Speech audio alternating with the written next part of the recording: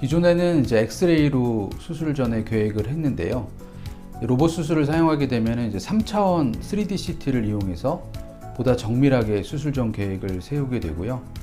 이런 수술 전 계획을 바탕으로 해서 수술 전에 다리 모양이나 인대 균형에 대한 이제 객관화된 수치를 로봇이 제공을 해주면 그걸 이용해서 최종적인 이제 플랜을 정하게 되고, 이제 그게 되면 로봇팔을 이용해서 오차 없이 이제 원하는 대로 다리 모양과 인대 균형을 맞출 수 있는 것이 기존 실관절 수술과 로봇 수술의 차이가 되겠습니다.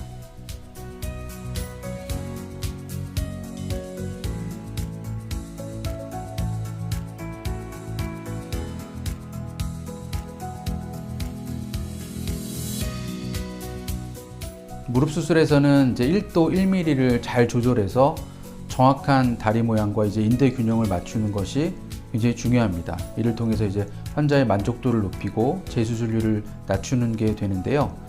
기존 수술은 이제 이러한 것들을 수술자의 이제 주관적인 감각에 의존하기 때문에 조금 부정확한 측면이 있습니다. 이에 반해서 이제 로봇 수술의 경우에는 이러한 정밀성을 바탕으로 해서 조금 더 큰 장점을 가지고 있습니다.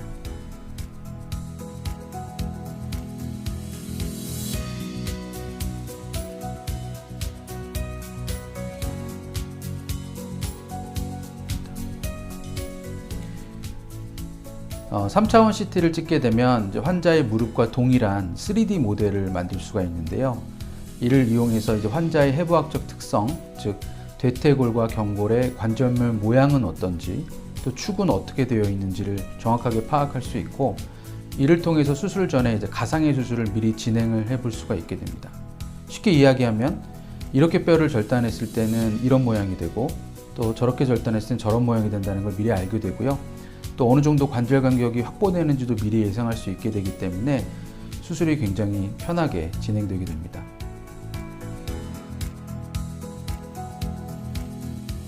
로봇이 이제 수술을 한다고 하면 로봇이 혼자 수술을 한다고 오해하는 경우들도 많은데요. 자동차를 운전할 때 내비게이션을 사용한다고 해서 자동차가 혼자 이제 운전을 하는 것이 아닌 것처럼 로봇을 컨트롤하는 것은 결국에 이제 서전이 되는 것이죠.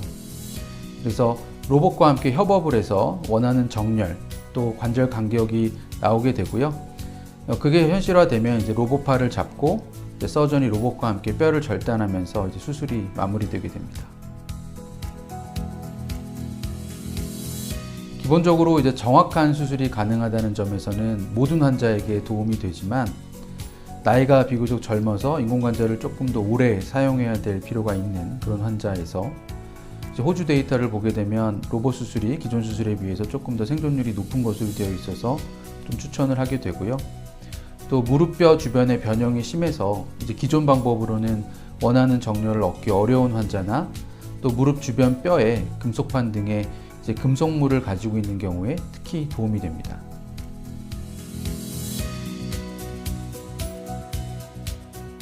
먼저 0.5mm 또 0.5도를 로봇이 조절할 수 있기 때문에 이런 정밀성이 가장 큰 장점이 되고요. 두 번째는 이제 햅틱 기능을 가지고 있기 때문에 이제 뼈를 절삭할 때 뼈 주변 연부 조직 손상이 상당히 적어지고, 이로 인해서 수술 후의 통증이 상당히 적습니다. 마지막으로는 환자의 원래 무릎 모양을 유지하는 환자 맞춤형 정렬을 통해서 이제 환자 고유의 인대 긴장도나 생체 역학을 어느 정도 유지할 수 있기 때문에 수술 후의 재활이 굉장히 빨라지는 장점을 가지고 있습니다.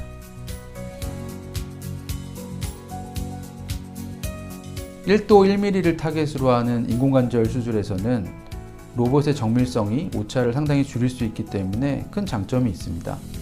또한 로봇을 이용하게 되면 이제 고식적인 수술로는 좀 어려웠던 환자의 그런 해부학적 구조를 보존하는 맞춤형 정렬 수술이 가능하기 때문에 이러한 장점을 바탕으로 해서 로봇은 계속 발전해 나갈 것으로 봅니다.